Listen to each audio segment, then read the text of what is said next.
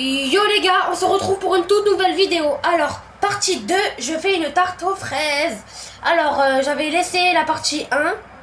Je vous avais dit que j'allais faire la crème pâtissière et j'allais vous reprendre après. Elle est à peu près finie. J'ai mis les œufs, la farine, le sucre vanillé. Et là, elle est en train de cuire, enfin bouillir. Il faut que ça s'épaississe. Et quand elle est épais, ça veut dire que c'est bon, c'est prêt. Je vais vous montrer. Ça commence déjà un peu à bouillir. Voilà. Tendre et mélanger régulièrement. Et j'ai rajouté encore. Et je crois que la pâte crème pâtissière, elle est bonne, hein. Je crois. Oh. La texture, elle est bien. Je vais vous montrer. C'est la crème pâtissière, regardez. Elle est bien, non? Je pense que je vais rajouter une minute, c'est un truc comme ça. Elle est perfecte. Oh, c'est qui m'envoie des messages là? Ninao, ninao. Pardon. Et ça y est, la crème pâtissière, je pense qu'elle est pas mal. Ouais, elle est bien, là, je vais vous montrer. Parfait, c'est sûr. Voilà, maintenant, je vais voir ce qu'ils me disent dans la recette à faire avec. Pourquoi je dis ça, moi?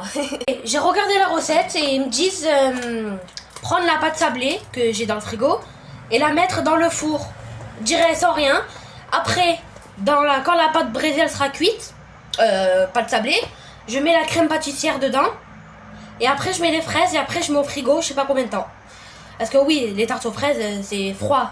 Alors je vais chercher la pâte sablée. En fait, je sais pas, je vais en faire combien? Une ou deux, parce que j'ai deux pâtes. Et j'ai aussi deux barquettes de fraises. Leur pâte sablée de chez Lidl. Voilà.